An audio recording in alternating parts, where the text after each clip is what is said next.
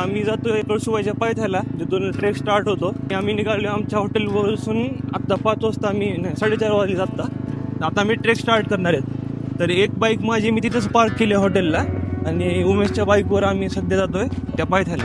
तर थंडी खूप आहे सध्या, तरी ठीक आहे. आणि आजचा सनराईज होणार आहे 7:11 आता बघू आम्ही तोपर्यंत पोहोचतोत का नाही. तर ट्रेक स्टार्ट केलं आहे आम्ही, आणि पहिल्या बेसला आलो आहे आम्ही सध्या. आणि इथं तुम्हाला इथे वर दिसत असेल, हे इथून गेट आहे. म्हणजे खालून गावातून वर आल्यावर खरा ट्रेक इथून स्टार्ट होतो. तो खाली थोडासा पॅच आहे, पण इथून हा ॲक्च्युअल ट्रेक इथून स्टार्ट होणार. ह्या मित्रांनो, आत्ता आम्ही एक हाफमध्ये आलो आहे, अजून हाफ राहिले आमची ट्रेक. तर आज मंगळवार आहे, आज देवीचा वार असल्यामुळे पण थोडं काही गावातले लोक मिळाले होते, ते वरी चाललेत आज ते पूजा वगैरे करण्यासाठी. तर आता चांगलंच वर आलो मित्रांनो आम्ही. आज थोड्या पायऱ्या पण सुरू झाल्या, म्हणजे स्टेप्स, दगडी पायऱ्या. थोडं वरी गेलं अजून ते लोखंडी पायऱ्या सुरू होतात. आणि वातावरण पण खूप सुंदर आहे सध्या, एकदम थंड वातावरण सकाळचं. आणि बॉडी पण चांगली हिटअप झाली, आता वॉर्मअप झालं.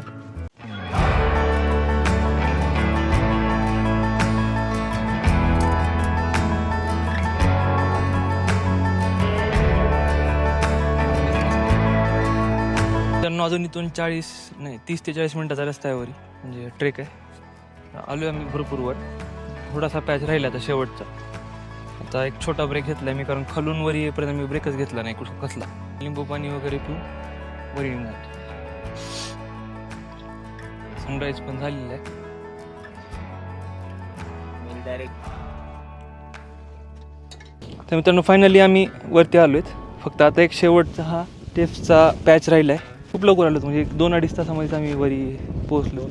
2 तासामध्ये रीच झालो वरी, कारण आम्ही एकच ब्रेक घेतला होता येताना. बाकी टाईम आम्ही सगळं म्हणजे चालतच आलो वरी. तर छान वाटलं. आता अजून वरी जायचं थोडंसं. ह्या शेवटच्या इथले फायनल लॅडर्स आहेत, जे की हे झालं की मग आपण टॉपला पोहोचणार वरी.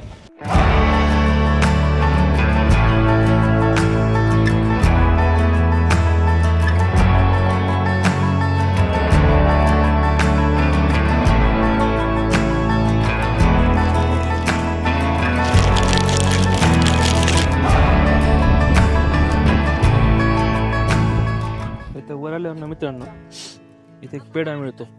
इथे राजूरला पण मिळतो, राजूरला पण असाच आहे सेम. ह्याच्यामध्ये म्हणजे साखरचं प्रमाण खूप कमी असते आणि खवा जास्त लागतो या पेढ्यामध्ये, म्हणून टेस्ट चांगली असते याची. तुम्ही इथं आल्यावर ट्राय करू शकता. तर सध्या आम्ही महाराष्ट्राच्या एकदम हायेस्ट पीकवर सध्या थांबलो, जे की मला वाटतं 4,500 फीटच्या आसपास आहे. पण म्हणजे 4,500 ते 5,000च्या फीटमध्ये आहे. आम्ही मुद्दाम म्हणजे सकाळी लवकर आलो नव्हतो, म्हणजे आमचा आधी प्लॅन झाला होता की आम्ही 3ला आमच्या रूमवरून निघू आणि सकाळचं सनराईज बघू. पण काय होतं माहिती आहे का, रोज इथं ना सकाळचं सनराईज पाहायला गर्दी असते थोडीशी. म्हणजे वरी इथं हा प्लेस छोटा आहे, त्याच्या गर्दीमध्ये म्हणजे मला तर आता काही एवढं काही कुठं जाऊ वाटत नाही. मला जेवढं शांत भेटेल तेवढं मला म्हणजे चांगलं वाटतं. थोडं प्लेस पण चांगलं एक्सप्लोर करता येतं, आणि त्यामुळेच आम्ही आज पण उशिरा आलो इथं वरी. तर आता तुम्ही बघत असाल तर इथं आजूबाजूला कुठं गर्दी नाही, कोणच नाही. ते 7-8 लोक आहेत फक्त वरी, ते पण आता जातील खाली. सगळे सकाळी आलेले. तर म्हणजे छान आहे. आणि ह्या टाईमला जरी वरी आलात तरी खूप चांगलं वातावरण आहे, एकदम थंड वातावरण आहे, काही प्रॉब्लेम नाही आहे. फक्त काय झाले की ह्या वीकमध्ये थोडासा पाऊस पडला होता, म्हणजे 31च्या नंतर. तर त्यामुळे थोडं सह्याद्रीमध्ये ओव्हरऑल थोडंसं धुकं जास्त आहे. कारण ह्या टाईमला धुकं नसतं एवढं सह्याद्रीमध्ये, आपल्याला खालचं दिसू शकतं. पण ह्या टाईमला असं झालं की पावसाचं वातावरण थोडं असल्यामुळं इकडं थोडंसं धुकं जास्त आहे. पण ठीक आहे, ओव्हरऑल एवढं काही प्रॉब्लेम नाही आहे त्यामध्ये. तर आमचा प्लॅन एवढाच होता की आम्हाला फक्त कोकणकड्याची रॅपलिंग करायची होती. आणि ते पण मी म्हणजे नाही का 7-8 वर्षाखाली मी विचार केला होता की म्हणजे कोकणकड्यावरून कधीतरी रॅपलिंग सुरू होईल आणि मी तिथून म्हणजे रॅपलिंग करेन. तर ते 8 वर्षाआधी मी विचार केलेली गोष्ट माझी आत्ता पूर्ण झाली. 8 वर्षानंतर सेकंड डेला आम्ही वापस राईड स्टार्ट केली. राईड करून आम्ही काल सांदन व्हॅली फिरलो. सांदन व्हॅली एक्सप्लोर केल्यानंतर आम्ही भंडारदरा थोडंसं एक्सप्लोर केलं. मग काल भंडारदरा झाल्यावर आमचा प्लॅन असा होता की आम्ही डायरेक्ट भंडारदऱ्यावरून म्हणजे भंडारदऱ्याला स्टे करणार, आणि तिथून आज सकाळी आम्ही डायरेक्ट ह्याला जाणार म्हणजे त्र्यंबकेश्वरला. पण काल असं झालं की काल रात्री टायर पंक्चर झालं 6-7 वाजता. एक घंटा तिथं गेला, 8 वाजले होते. भंडारदऱ्याला आम्ही काय स्टे केलं नाही. आमचा असा डिसिजन झाला की आम्ही म्हणलं की ठीक आहे, कळसुबाईपर्यंत जाऊ, तिथून ठरवू म्हणलं आपण काय करायचं. आम्ही वापस कळसुबाईच्या पायथ्याला आलो, म्हणजे ते बारी गावामध्ये. आणि तिथं आल्यानंतर आम्ही तिथं स्टे केला, डिसिजन घेतलं की तिथं स्टे करू आणि सकाळची आता ट्रेक करूच. आता इथं आलो तर म्हणजे आता कळसुबाई केलंच पाहिजे. त्यामुळं आम्ही मग कळसुबाई पण केला. आता म्हणजे बघा ना, आता ह्या ट्रिपमध्ये नाही म्हटलं तरी आम्ही 3 ट्रेक केल्या आणि त्या पण खूप म्हणजे असं एकदम हार्डेस्ट ट्रेक होत्या. सगळ्या असे काही सोप्या नव्हत्या आमच्यासाठी. माझ्यासाठी तर खास करून सोप्या नव्हत्या, कारण मी मागचे 4-5 वर्ष झाले फिटनेसमध्ये नाही आहे कसलंच. जेव्हा मी 2018मध्ये माउंटनेअरिंग केली होती, बेसिक माउंटनेअर आहे मी, तर त्या टाईमला त्या कोर्सच्या वेळेस मला चांगला फिटनेस होता. या आधी पण फिटनेस चांगला होता, पण कुठं ना कुठं कोविडच्या नंतर माझा फिटनेस वगैरे सुटला होता सगळा. मग त्यानंतर मी आता वापस रिस्टार्ट करतो स्वतःला, म्हणजे नाही का, मला वापस थोडंसं त्या कुठं ना कुठं मला तो कम्फर्ट झोन सोडायचा होता. आणि त्यासाठी ते कम्फर्ट झोन कसा सोडायचा ह्याचं माझ्याकडे आन्सर नव्हतं. तर हे एक सडन ट्रिप बनली आणि ह्याच्यामध्ये मला एवढं शिकायला भेटलं ना ह्या ट्रिपमध्ये. म्हणजे मी टोटली माझं जे फिअर झालं होतं माझ्यामध्ये की मागच्या काही 3-4 वर्षामध्ये, ते सगळं माझं निघून गेलं. माझं हाईटचं वगैरे सगळंच माझं फिअर निघून गेलं आणि माझे कम्फर्ट झोन पण निघून गेलं आहे. कारण बघा ना तुम्ही, दिवसा आम्ही राईड करतो आहे, दिवसभर गाडीवर बसून आहेत, त्यानंतर आम्ही कुठं तरी जेवण करतो, जे भेटेल ते जेवतो. जसं कंडिशन असेल तसं आम्ही त्याला ॲक्सेप्ट करतो आहे. एवढे प्रॉब्लेम्स आले, सगळं आलं, पण आम्हाला ते प्रॉब्लेम्सचं पण काय वाटलं नाही त्यामध्ये.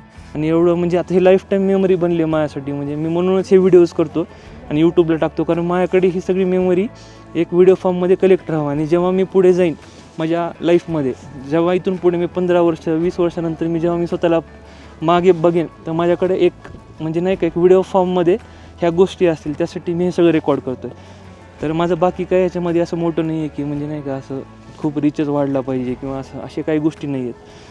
पण जेवढं काही एक्सप्लोर करतो आहे मी, ते स्वतःसाठी करतो आहे आणि पुढे जाऊन माझी एक मेमरी राहावं चांगली म्हणून मी हे करतो. खूप छान फिलिंग आहे हे. मी जस्ट माझं एक मनोगत टाईप व्यक्त केलं इथं मी, कारण मला इथं वर आलं खूप शांत वाटलं डोक्याला. म्हणजे ह्या 3-4 दिवसात सगळा थकवाच निघून गेला इथं आल्यावर माझ्यावर. उमेशला विचारू काय वाटते का? काय बोलू? हां, ते वाटते ते धरू का? काय म्हणू, बोल काय, पण तुझी मेमरी राहील तेवढीच कले. Hello everyone. आजचा